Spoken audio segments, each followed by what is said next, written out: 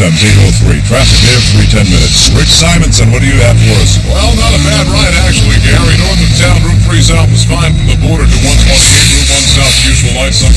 How do you dig an 8-lane highway tunnel directly under the downtown area of one of the busiest cities in America?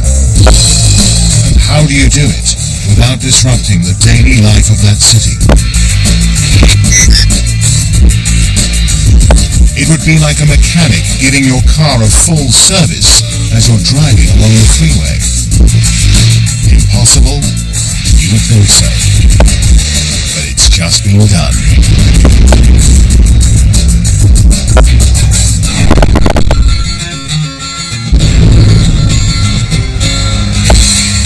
Boston, home to the Big Dig.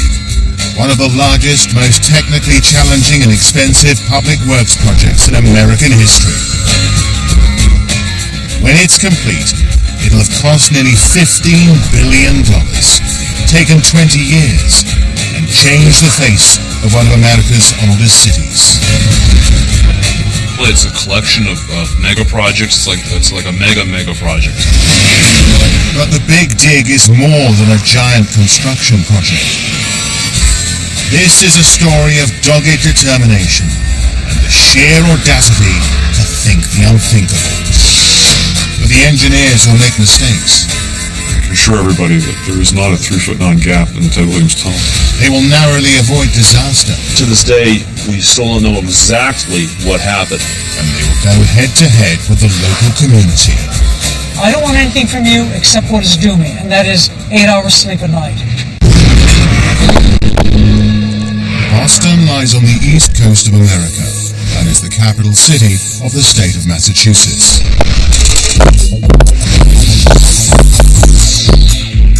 Here in the heart of the city is one of the most exclusive car parks in America. This state-of-the-art facility used to be an eyesore, an ugly, functional concrete box. But in 1988, it was demolished, and at a cost of $80 million, this ultra-modern parking garage replaced it. Underground. What's left above ground is this. Post Office Square, a privately run city park with manicured lawns and live music.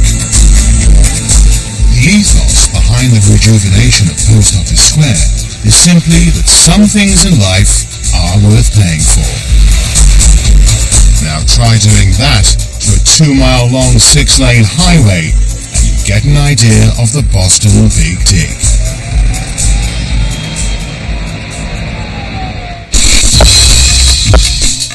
The city of Boston is modernizing a massive chunk of its transport system.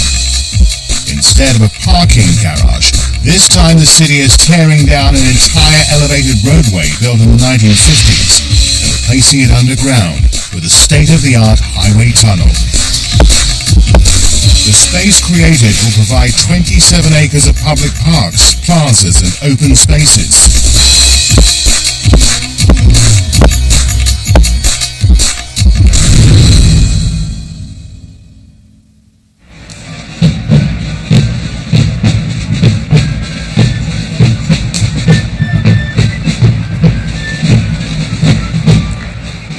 Boston is one of America's oldest cities, built long before the age of the car. In 1692, it was the wealthiest town in the American colonies. In 1776, the city was liberated from the British, and by 1875, 340,000 people lived in this thriving metropolis. But by the early 20th century, motorized traffic is crowding the city's narrow streets.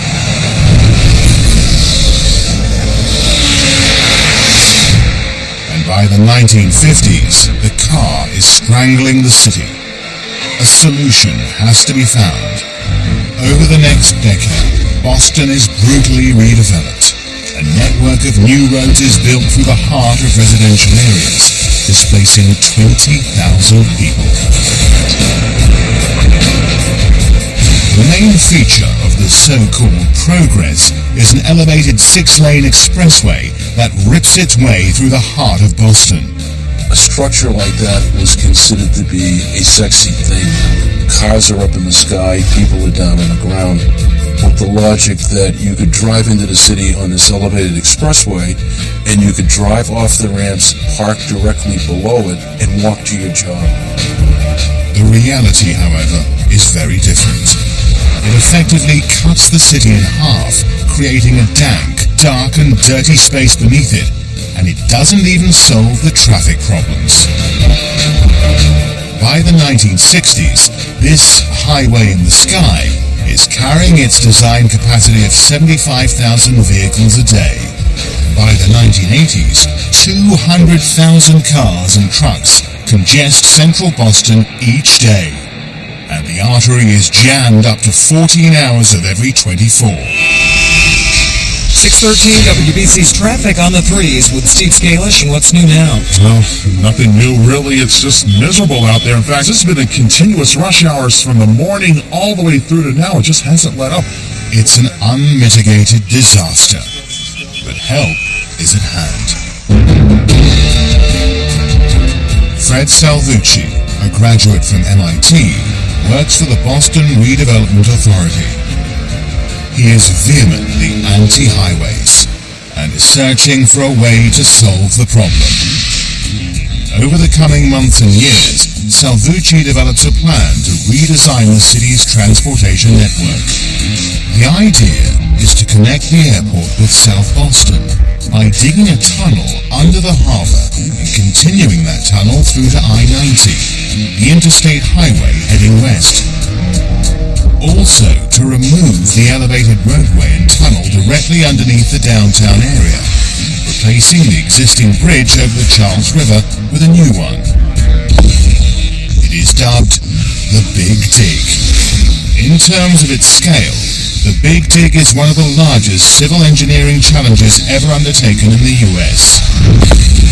In terms of its technical complexity, some say it's the equivalent of putting a man on the moon. In terms of its budget, it is estimated to cost a colossal $2.6 billion. In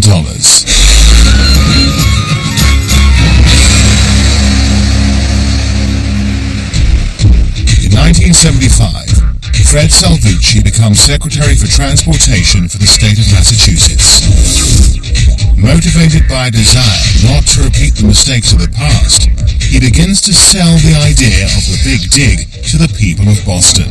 It does not have any negative impacts on the community, so we think this is a real win-win situation. Over the coming years, Salvucci and his disciples spread the word.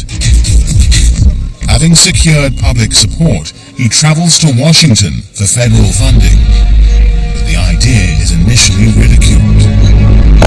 By the mid-80s, Salvucci is still fighting for funding. President Reagan repeatedly attempts to block the Big Dig. The bill's a textbook example of special interest pork barrel politics at work, and I have no choice but to veto it. Reagan vetoing this thing was outrageous. We were absolutely entitled. We are part of the United States of America. We had paid our taxes. We had a right to use federal funds to improve our city as other regions had done. But Salvucci, determined to see his project happen, doesn't give up the fight.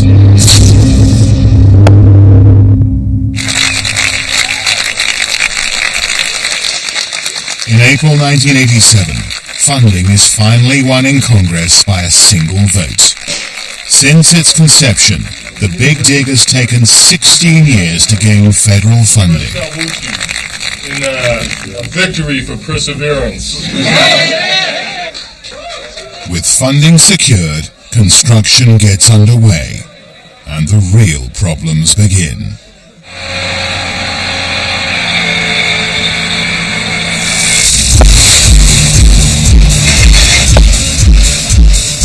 With federal funding secured, the Boston Big Dig, one of the most technically challenging and expensive megastructures in American history, gets underway. This awesome challenge can be separated into 4 elements. Number 1, build a tunnel under the harbor connecting the airport to the city.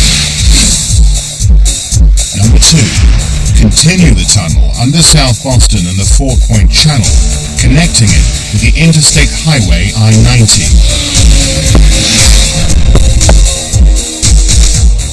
Number 3. Tunnel directly through the downtown area to create an 8-lane, state-of-the-art underground highway.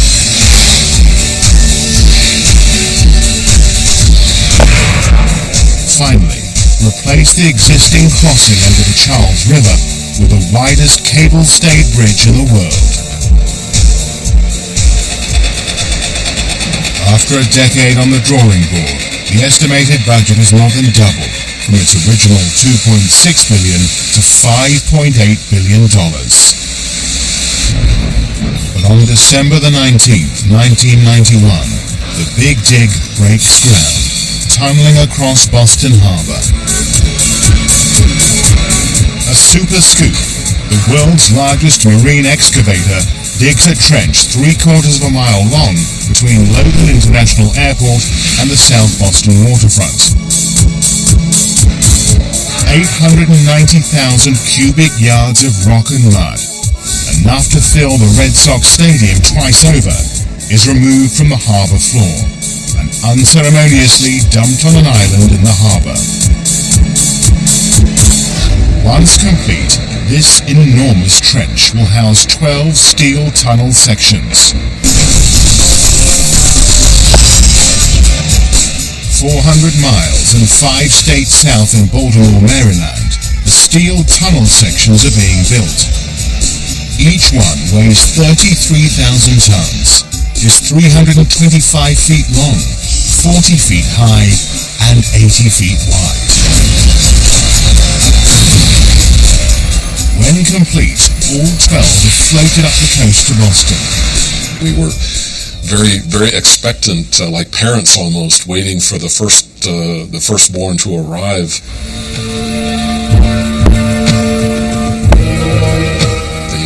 The Marine fleet actually welcomed it with fireboats, pumping water around it, and it was just thrilling to see the product of so much engineering and fabrication work being brought into the harbor like a grand entrance.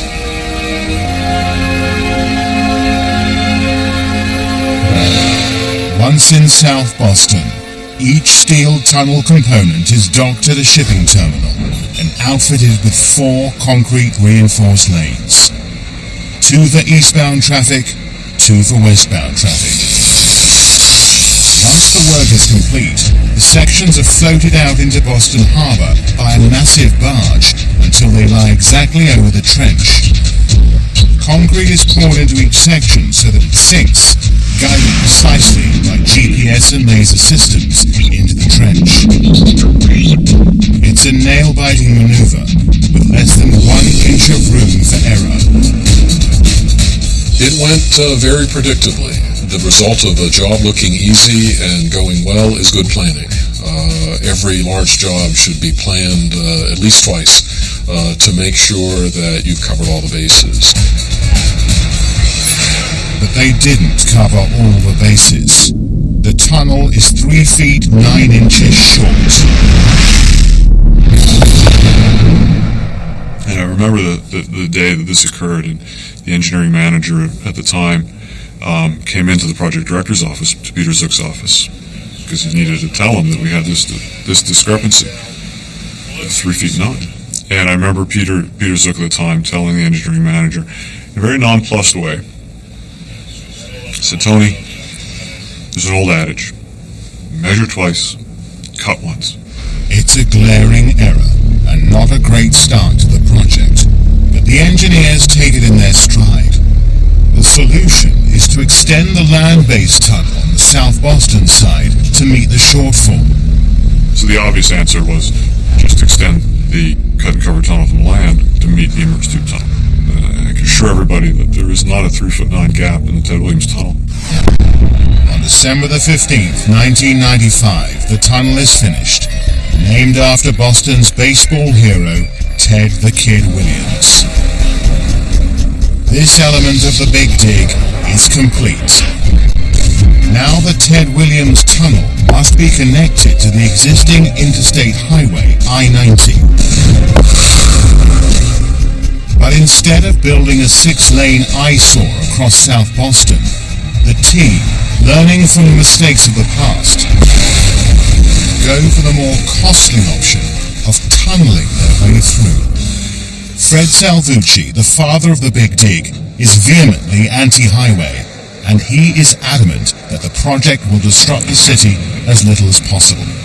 It was Fred Salvucci's passionate feeling that no residential property would be taken, no person would be dislodged from their home in order to build this project.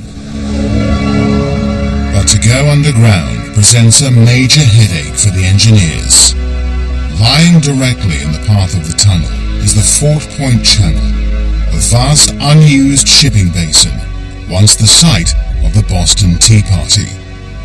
This is the stage in the build the team have been dreading.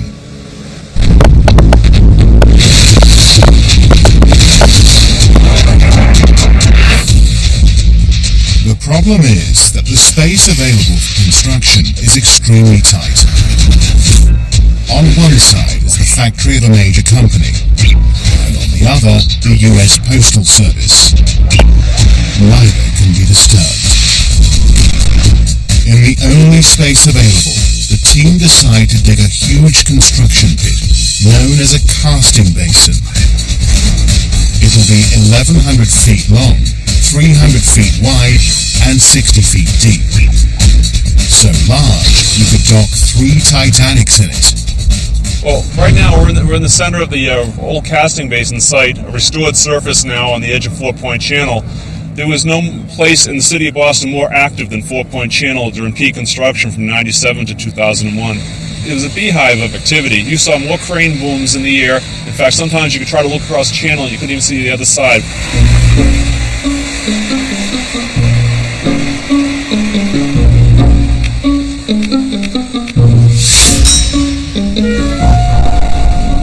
The end of the casting basin opens onto Fort Point Channel, but is sealed off by a temporary dam.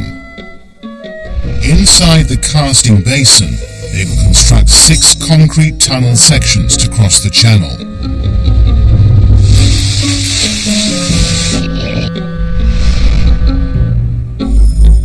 Once built, the team will remove the temporary dam, flood the basin, and float the tunnel sections out into the Fort Point Channel and place them in position.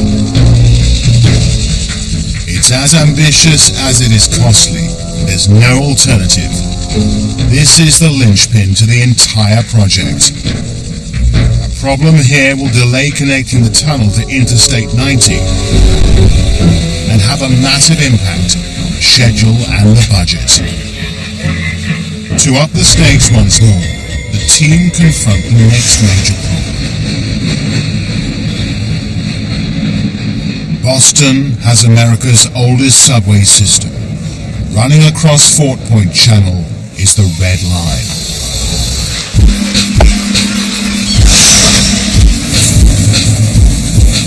The Red Line is made up of 2 aging tunnels built during the First World War.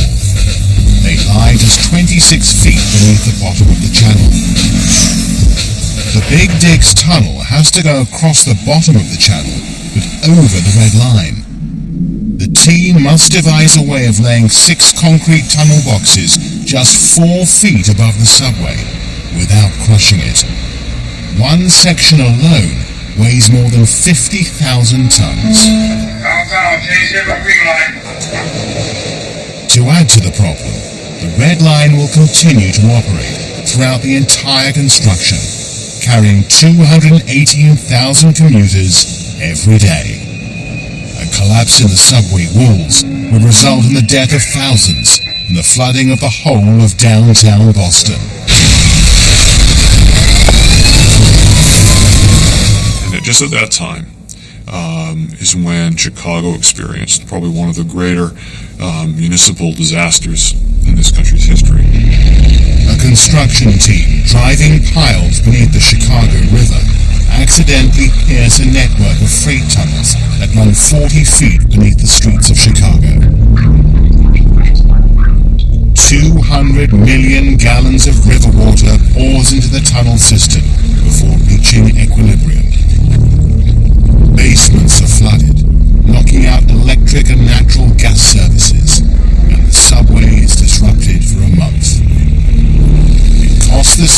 $50 million in compensation alone. The Big Dig team are about to attempt a similar operation.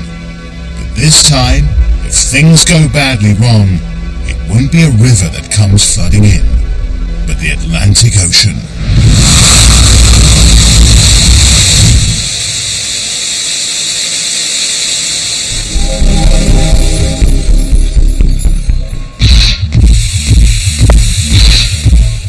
In 1996, 5 years into construction, the Big Dig, one of the largest, most technically challenging and expensive civil engineering projects in America, is tunneling its way under the city of Boston. The construction team are now at a crucial point in the build. They must cross underneath the Fort Point Channel, avoiding the Red Line subway. One of our difficult factors below the channel is that there is an existing Red Line subway system which was built in 1914. We had to excavate out in the bottom of the channel to within only 4 foot of the existing Red Line subway tunnels. The team then built 110 concrete foundations surrounding the Red Line. Each one is sunk 145 feet into solid bedrock. These will support the tunnel as it goes over the subway line. Each section is floated into the channel, lowered into place on top of the concrete supports, bridging over the subway. Either end, temporary walls are built on top of the tunnel. That allowed us to pump the water down on either side of the immersed tubes to allow us to build the remaining tunnel sections on each end. By June 2001, the last of the 6 tunnel sections is floated into the Fort Point Channel. With so little room to maneuver, positioning each section has to be carefully choreographed. And it was almost similar to like those the childhood toys when you had to slide all little numbers around and get them in order when you end up all mixed up. The tunnel sections are delicately lowered into position. Victory is in sight. Then, in the early hours of the morning on Saturday the 22nd of September 2001, disaster strikes. The tunnel section that meets land on the far side of Fort Point Channel springs a massive leak. A waterproof seal at the bottom of the tunnel has burst.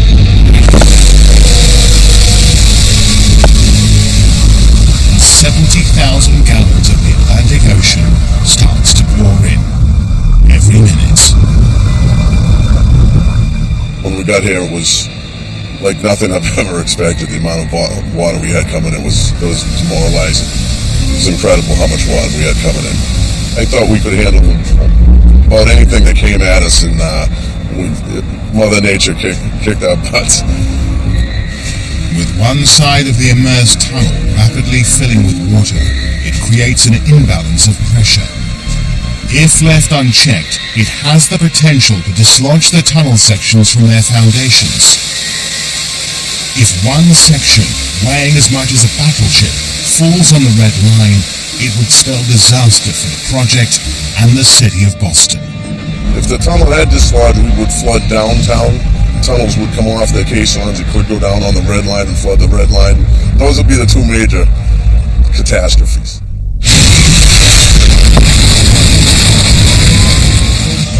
The team immediately mobilize. They have just minutes to come up with a solution.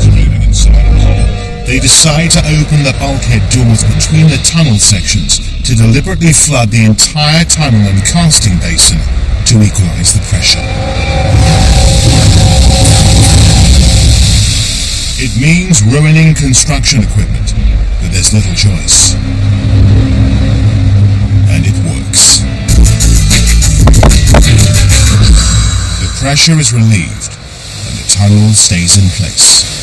That day in September when we flooded the casting basin and had to let the water come all the way across, that was probably the lowest the project had ever been. We were just so close, and it got pulled away from us at the last minute. To look up and see the look on all the people's faces who put 6, 7, 8 years of their life, 24 hours a day, 7 days a week, and just see it washed away, it's very demoralizing.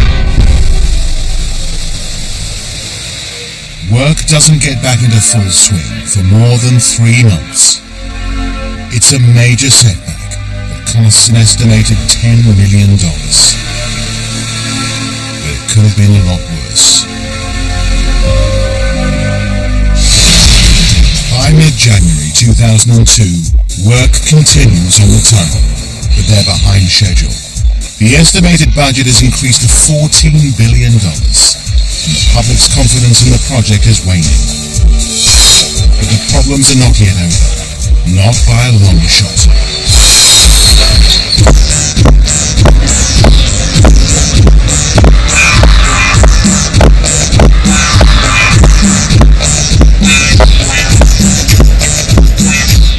Once over the red line and across Fort Point Channel, the engineers must confront the next major problem. On the west side of the channel is a complex rail network for regional trains serving South Station. The team have to tunnel underneath these tracks without disturbing a single train. The problem is that at this point, the tunnel is only 15 feet below the surface, equivalent to the deep end of a swimming pool. To drive a vast concrete tunnel through the ground this close to the rail tracks could buckle the ground and dislodge them. Closing down the rail network is not an option. 150,000 commuters use South Station every day. The slightest disturbance could cause a major train derailment. To succeed, the team must be certain that the soil is strong enough to withstand the pressure. And there lies the next problem.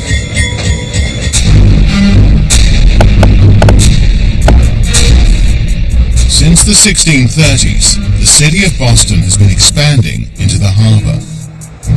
Today, 70% of the city is built on landfill, a loose mixture of soil, brick, wood, concrete and sand. Below this is another weak layer of blue clay. The team knows that if they tunnel through this landfill so close to the surface, it could collapse around them. They must devise a way of strengthening it. And they come up with an ingenious solution: freezing the soil. There was a whole potpourri of different types of soils in there.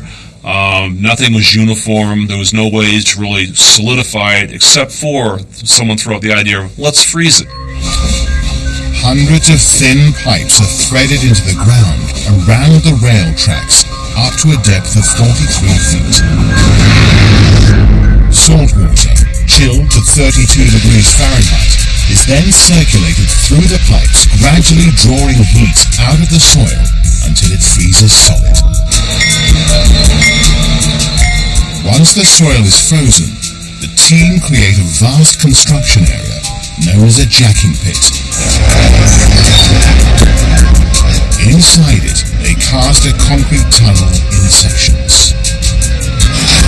The construction team places the first tunnel section in position and begin tunneling their way into the frozen soil. Once the soil is excavated, the tunnel section is inched forward into the void on giant hydraulic jacks. The technique known as tunnel jacking is desperately slow. An 8-hour shift moves a section just 3 feet.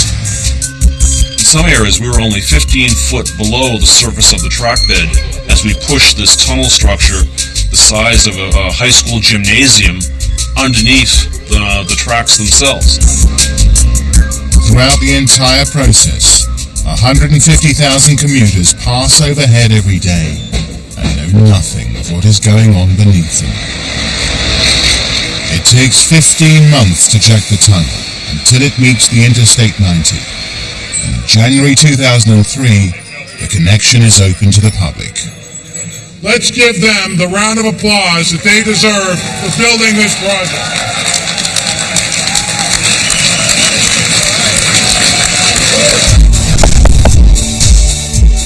The tunnel now stretches seamlessly from Logan Airport, under the harbor, through South Boston, under Fort Point Channel, over the Red Line subway and under the South Station rail tracks to emerge above ground and join I-90, the interstate highway that continues 3,089 miles to Seattle on the west coast of America.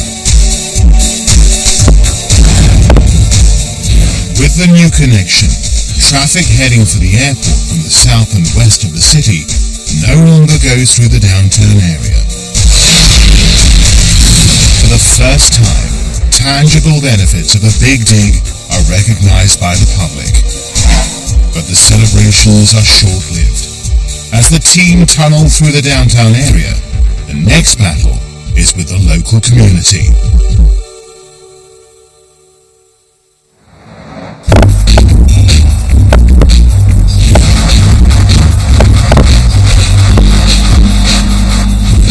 With the connection from the airport to Interstate 90 complete, the team turned their attention to replacing the congested elevated roadway that runs through the downtown area. The plan is to tear it down and replace it with an 8-lane tunnel highway under the city in the exact footprint of the raised artery.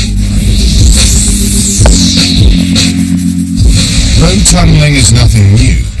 Traditionally, engineers use a method known as cut and cover. Cut a large trench in the earth and rock, build the tunnel floor and sides, and cover it on top. The problem is that the team cannot tear down the elevated roadway until they have built the tunnel. Closing the city down is obviously not an option. The ability to get traffic into the downtown area is what keeps Boston functioning. The team have to think outside the box.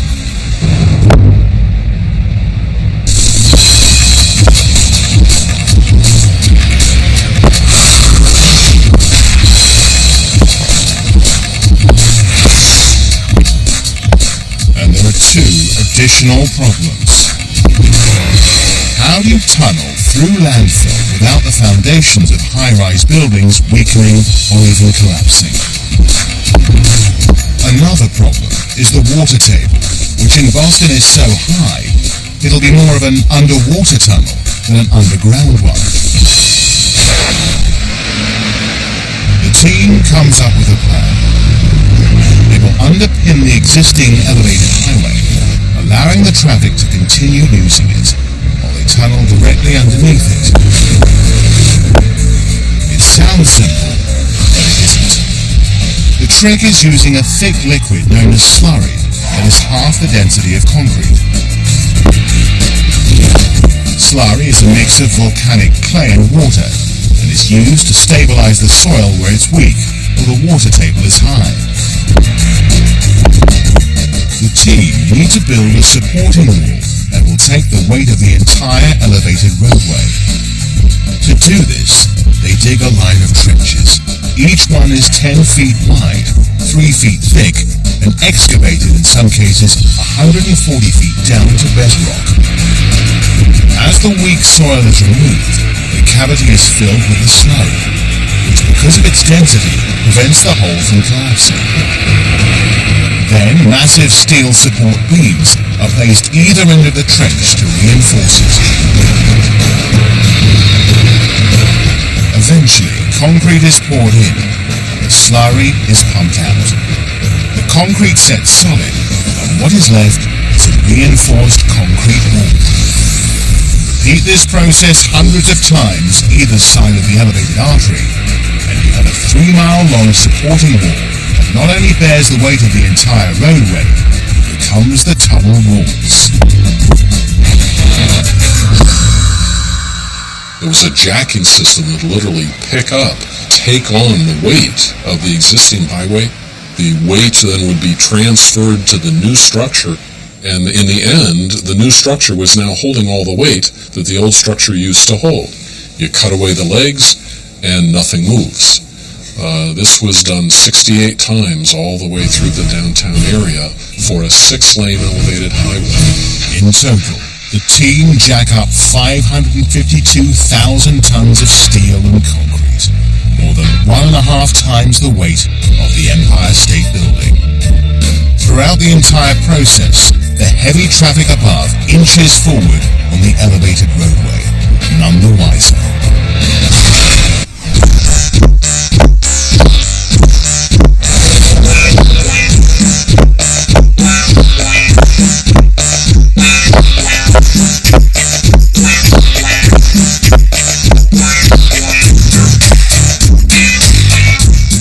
By now, the Big Dig is in full swing, tunneling its way through the city, directly under the elevated roadway.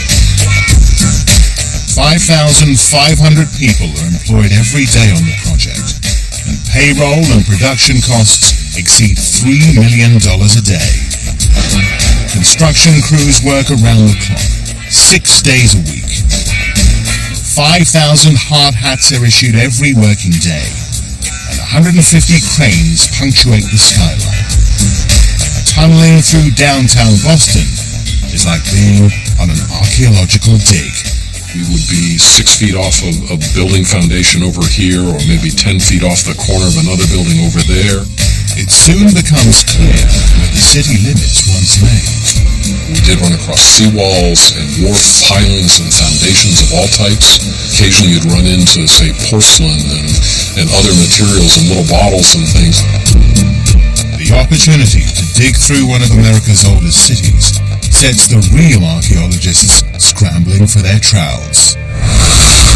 Now housed in the basement of an old police station are boxes of artifacts found in the landfill. Ellen Birkeland is an archaeologist for the city and curator of the collection. This is actually a batter bowl. It's sort of the Tupperware, if you will, of the 16th, 17th, 18th century. Oh, this is sweet. This is sweet. This is a tankard, an ale tankard. It's a redware. This is a milk pan to cool milk down quickly. It has a large surface area. Something else that was common to every household in Boston, a chamber pot.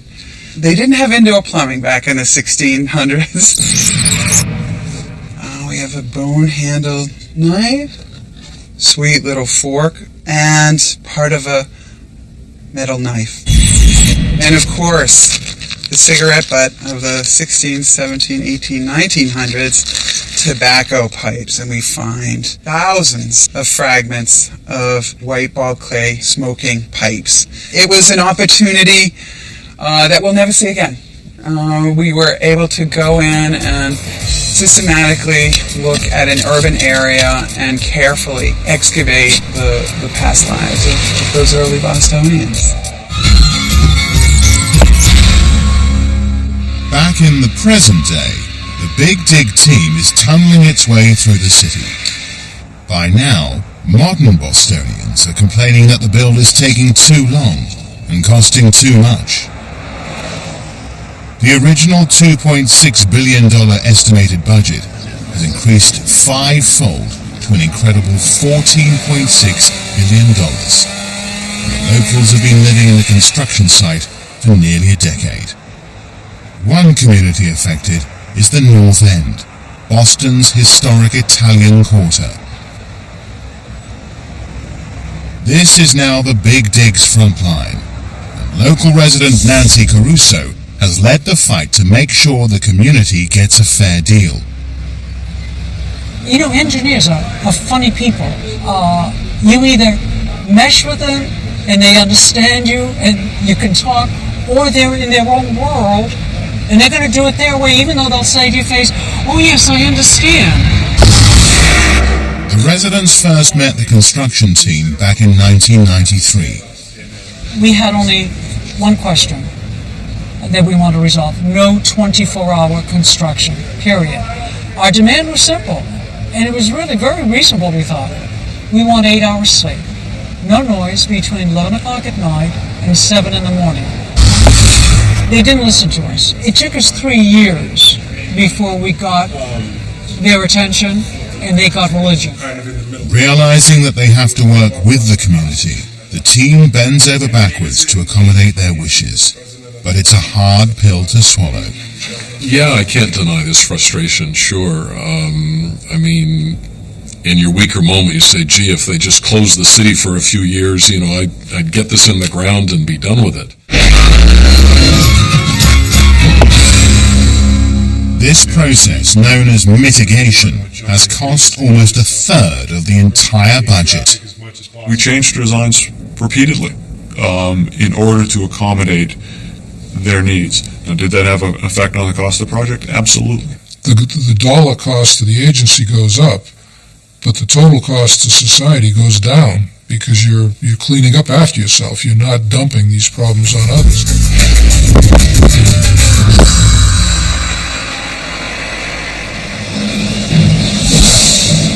In August 2002, as part of the mitigation process, the unfinished tunnel is open to 600,000 members of the public to walk through. It's the first time that the people of Boston can actually see what is being done under their city. It's a publicity coup. Then, things start to go wrong again.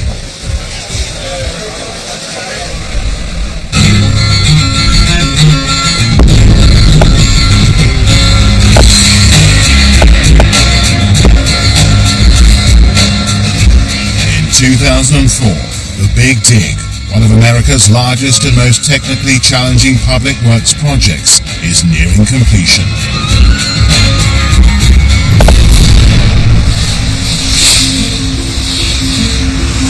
The 8-lane superhighway stretching under the city is now open to traffic, and it's being closely monitored 24 hours a day at the Operations Control Center.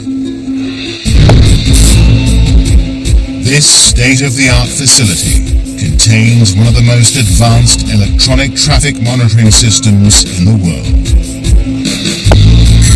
Using more than 45,000 sensors and cameras, a team of 22 operators manage traffic, detect and respond to fires and accidents, maintain security and control ventilation, lighting and air quality throughout the entire system. From the moment you enter the tunnel to the minute you exit, they're watching. OCC to 1856, Russ. Russ, 93 southbound. Just after the exit of the tunnel, I have a disabled what looks to be flatbed right-hand travel lane. A flatbed truck has ground to a halt in the right-hand lane exiting the tunnel. It's going to cause all kinds of backup, so that's why it's important to get him out of the roadway as soon as possible. Seconds later, another truck pulls up in front of the first one. If something isn't done quickly, chaos will ensue. We got the state trooper on scene now. Now we can hear his radio transmissions after he finds out what's going on. Yeah, this apparently is a fuel problem only related to the flatbed. The other one's just a bonehead looking for directions. We just heard the state police say that this is going to be a fuel call. He basically ran out of gas on the roadway. An emergency response vehicle is called to the scene and shunts the stranded trucker to the nearest gas station. In the spring of 2004, the old 6-lane double-deck bridge crossing the Charles River is demolished. For a year, it has been overshadowed by a new neighbor. The Leonard P. Zakin Bridge is now the crowning piece of the project and the gateway to Boston. The bridge's Y-shaped towers reach 270 feet high. The 116 cable stays holding up the 100,000-ton roadway suggest a ship in full sail to evoke Boston's connection with the sea. With 10 lanes of traffic, it is the widest cable-stayed bridge in the world. And the public love it.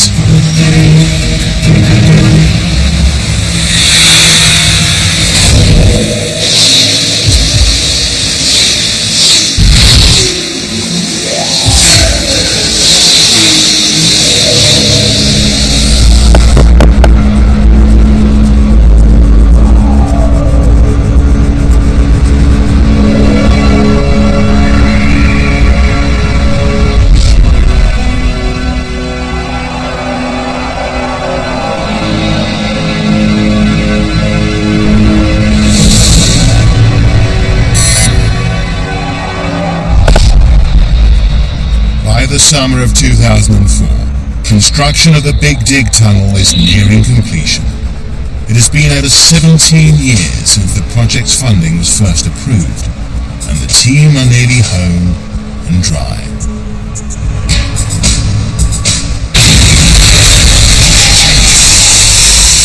But then, at 11:45 a.m.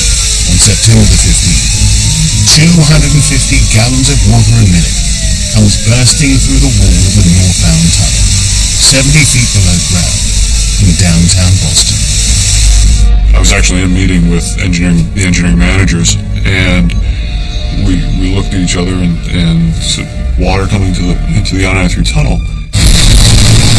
We all know as engineers that the structure of the tunnel is very, very robust.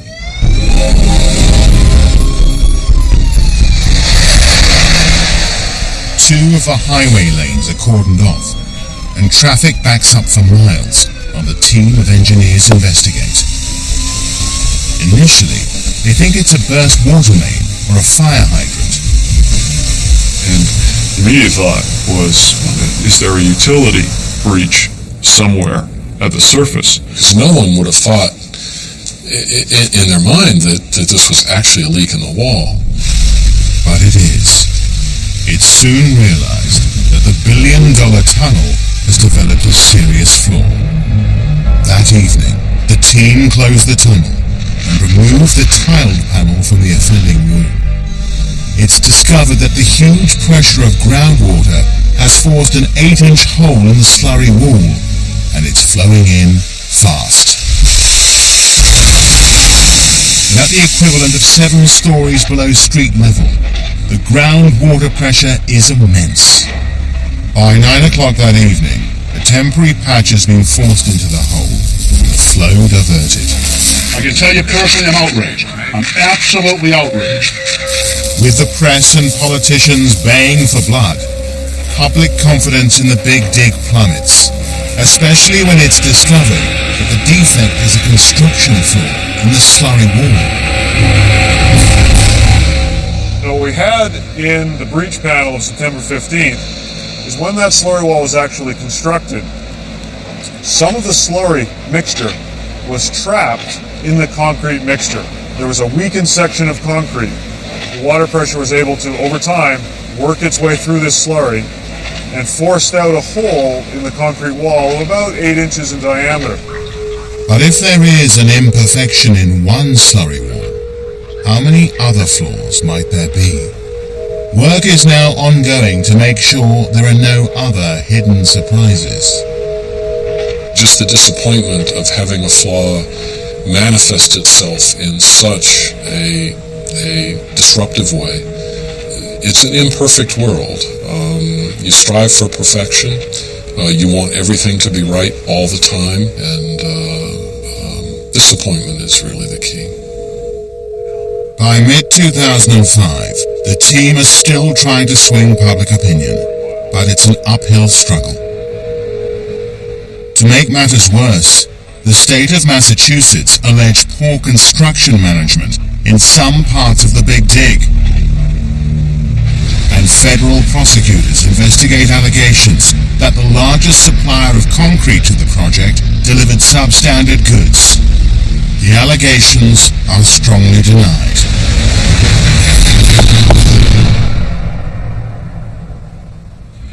But with the tunnel now open to traffic, the team start tearing down the aging and dirty elevated expressway that has cast a shadow over the city since the 1950s. The effect is immediate. I thought to myself, my God, look at the light. It is so bright. I had to go back home to get my sunglasses. It was that bright. And the air smelled fresh and clean.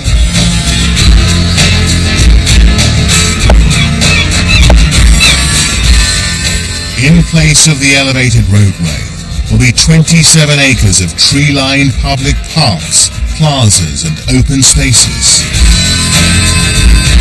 As a result, it's estimated that the city's carbon monoxide levels will drop by 12%.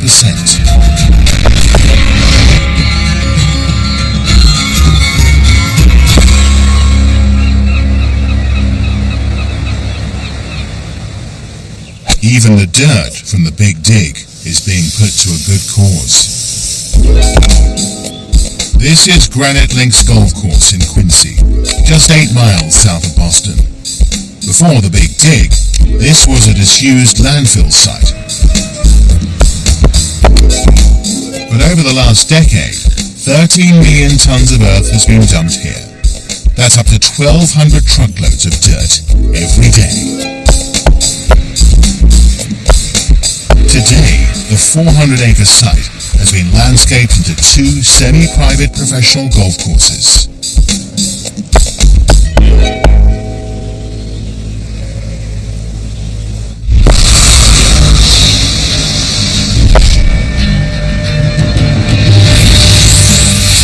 It could never be argued that the Big Dig has been a cheap, quick fix to Boston's transportation problem.